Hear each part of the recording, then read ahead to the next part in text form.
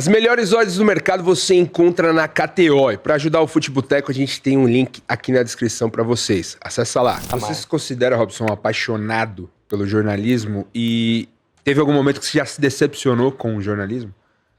Eu sou apaixonado pelo jornalismo, eu sou apaixonado pelos livros e sou apaixonado pelo esporte.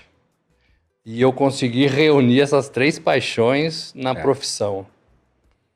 Eu tive uma visita de um amigo que morava nos Estados Unidos, agora no final do ano, e está morando agora em Curitiba.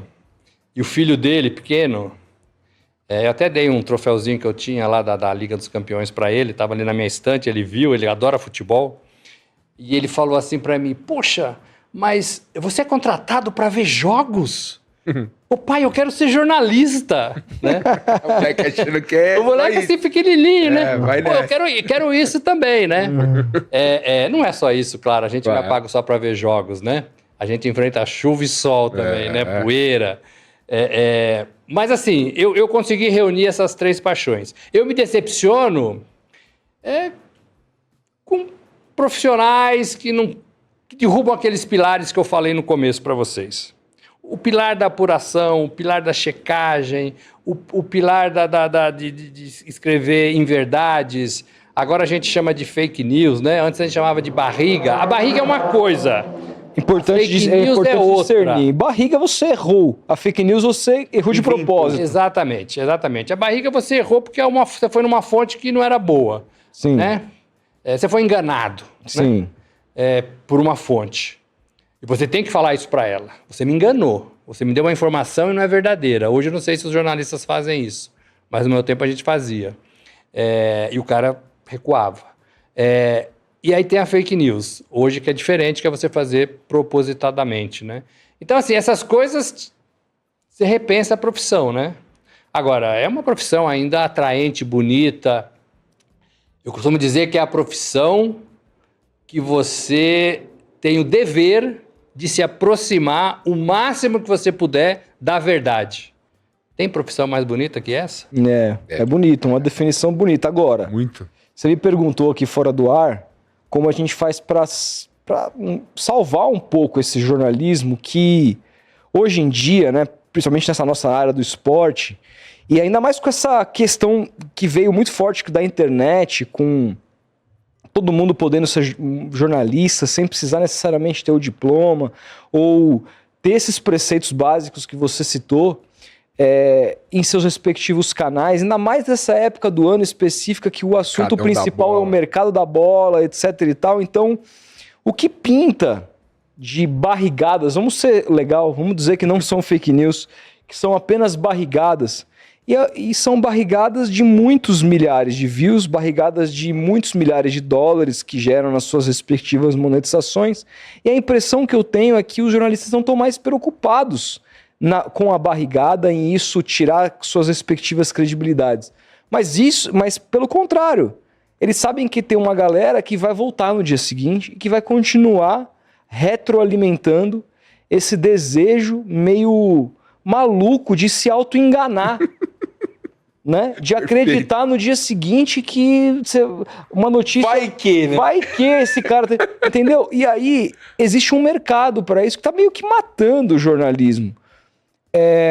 Como que a gente, com esse mecanismo todo sendo muito forjado em favor da barrigada, para não chamar mais uma vez de fake news, como é que a gente consegue ir na contramão e ser valorizados fazendo o jeito certo, sendo que o jeito certo, muitas vezes, cara, você demora para ter informação, você não consegue ter informação todo dia, claro, de alto nível, fazendo a apuração e a checagem do jeito que precisa ser feito. A impressão que dá, não sei se você concorda, se você for na contramão disso, você fica para trás em questão de audiência, da própria monetização que gera dinheiro também, né? Como que...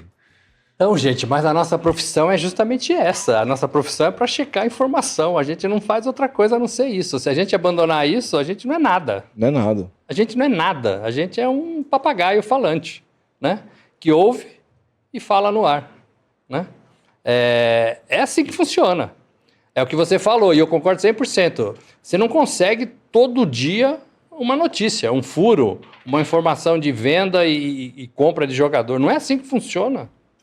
Você tem que ligar para um, você tem que ligar para outro. São duas partes que negociam. Talvez uma terceira, se você colocar os dois clubes e mais o representante do jogador. Pode ser o pai do jogador, pode ser o próprio jogador, pode ser o irmão do jogador.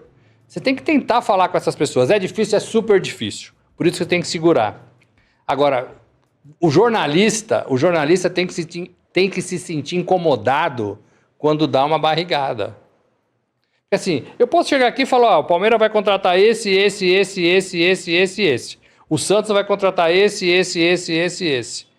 E não aconteceu nada e amanhã eu continuo. Olha, e vai ser assim. A gente fala de mercado o ano inteiro. Sim. Parece que é a única notícia que interessa. Sim. Assim, o jornalista tem que se tocar, né? Pô, isso não é jornalismo, né? O jornalista, né?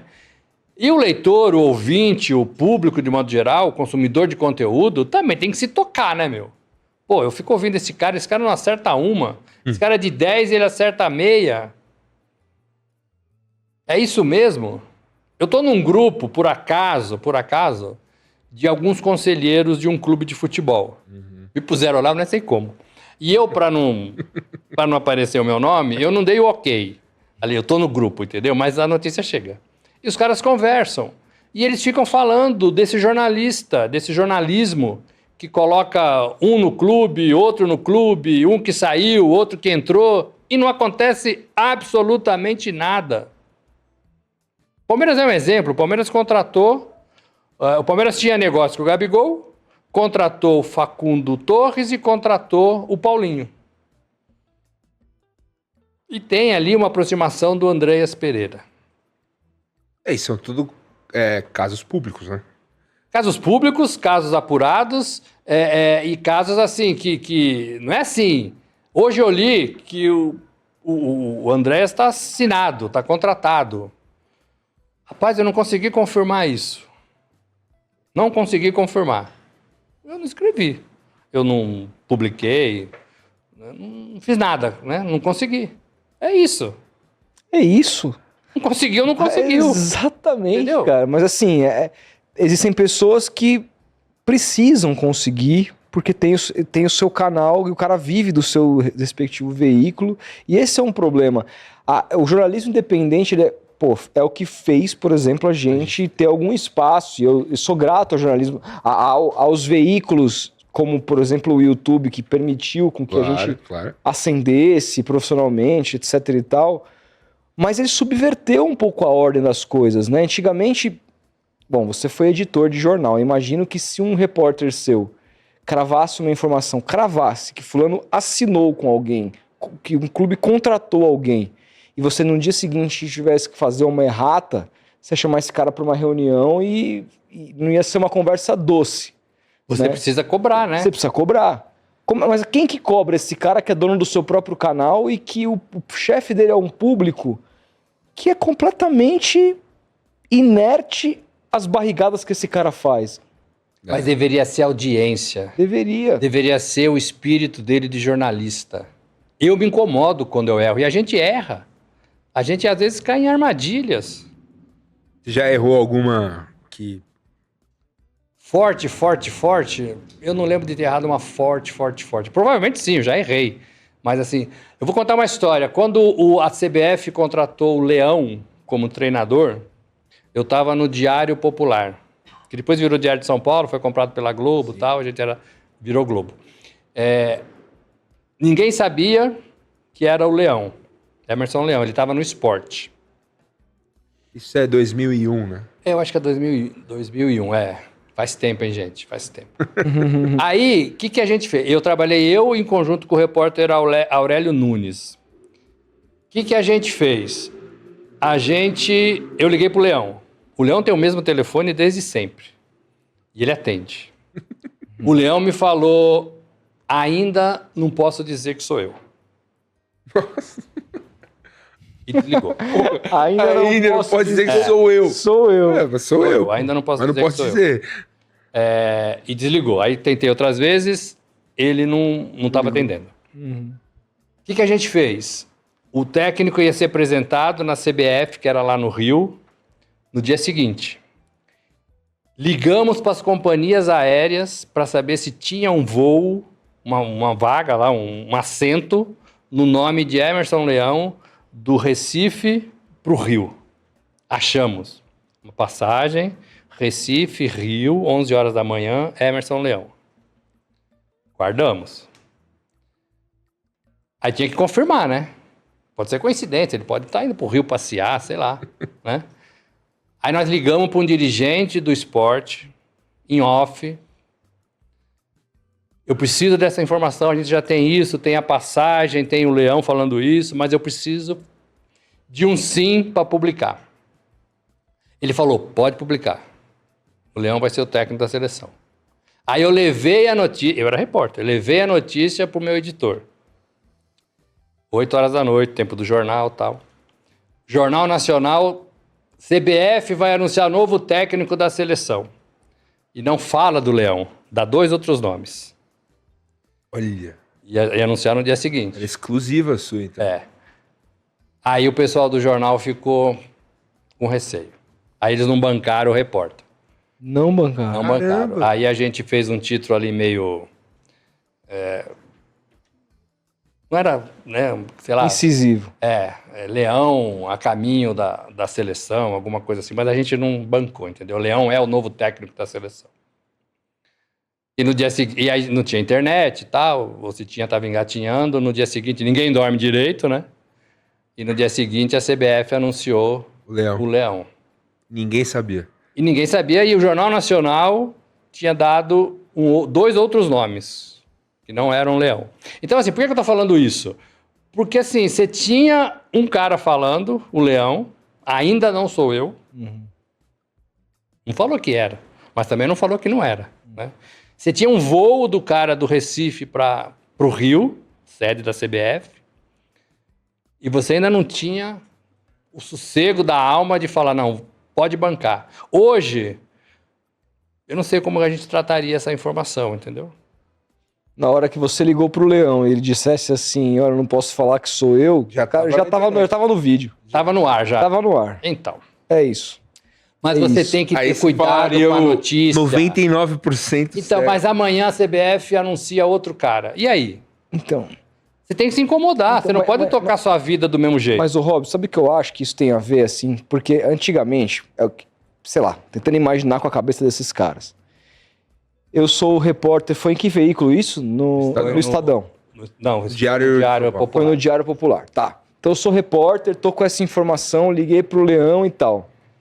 Se eu coloco lá, digamos que eu ainda tivesse o poder de cravar, o jornal me bancasse, Leão é o novo técnico da CBF, da Seleção Brasileira. Se eu faço isso e dou uma barrigada, eu não estou só manchando o meu nome enquanto repórter, eu estou manchando o nome de uma instituição, de um veículo. Então, eu vejo que dentro de veículos, isso ainda há um cuidado. Porque se o repórter dá uma barrigada dessa, eu não vou nem falar quem que foi a repórter ou o repórter. Vou falar o nome da Globo. Quem errou foi o GE, quem errou foi o UOL, quem errou foi... Só que no jornalismo independente, a banda toca de um outro jeito. E aí, assim, o cara fala assim, eu não tenho um chefe aqui pra me cobrar, ninguém vai... Eu vou continuar fazendo o meu trabalho aqui, entendeu? Então, assim, eu acho que existe muito mais um apreço com relação a não tomar carcada do chefe e proteger o veículo do que necessariamente com a própria um olhar para a própria credibilidade. Me parece que o jornalista perdeu esse apreço pela própria credibilidade nesse mundo que amanhã o Leão na CBF já é velho. Já estão discutindo quem que ele vai convocar. Já esqueceu quem errou, quem que deu a barrigada, quem deu a notícia. Que deu. Eu acho que esqueceram. Bom, eu quero parar antes disso, né? De não me sentir incomodado com as barrigas, né? Com as barrigadas. Claro. Eu quero parar antes, né? Mas eu ainda me sinto. Então, se não tem a notícia, não tem a notícia, fim de papo. Perfeito. Né? Agora, sim, hoje a notícia sairia no portal. Sairia hoje ainda no dia da apuração, não sairia amanhã, quando o jornal, o papel ia para a mão dos leitores, ou para as bancas, como a gente falava. Mas mesmo assim, O jornalismo de todas as editorias, não só esportiva, precisa de apuração, precisa de checagem, precisa de ter o nome das fontes dentro da matéria. Uma fonte me disse. Poxa vida, eu sei que você quer preservar a sua fonte, mas tem coisa que você tem que falar com a sua fonte. Olha, eu preciso dessa informação em on. Ela é muito séria para ser em off. Né? Nós estamos mexendo com milhões de reais. Né? Mas o esporte é pequenininho. Não é. Né? Não. A economia, a política, a cultura, é a mesma coisa. É verdade que dentro das redações, sobretudo na época áurea do jornal impresso, a editoria de esporte era vista com maus olhos pelas outras editorias? Como uma editoria menos importante? A de esporte é a de polícia. Porque a gente era mais folgado mesmo, a gente era mais leve. O cara da economia era mais cara da economia, né? E ninguém entendia nada do que ele falava no economês danado, isso acabou também, né? Acabou. Uma vez eu falei com um chefão da Globo, num curso que eu fiz na ESPM, ele era um dos professores, e ele falou assim, puxa, eu tenho que fazer o Jornal Nacional para o médico e também para a dona de casa. Então eu tenho que ter uma linguagem que os dois públicos entendam. E aquilo ficou na minha cabeça por anos. E o jornalismo de economia era muito isso, né? Eles falavam para eles, ninguém entendia bulufas. Né? Isso acabou, né? Então, assim, você tem que ser claro, você tem que ser transparente, você tem que ter fonte, você tem que apurar, você tem que checar e você tem que saber que não está na hora de publicar a matéria. Perfeito. Tem um editor no Estadão e ele fala isso. Se não tiver matéria, não tem matéria, tudo bem, cara. Tudo bem. É isso. E é isso que eu aprendi, é isso que eu levava. Não tem matéria, não tem matéria.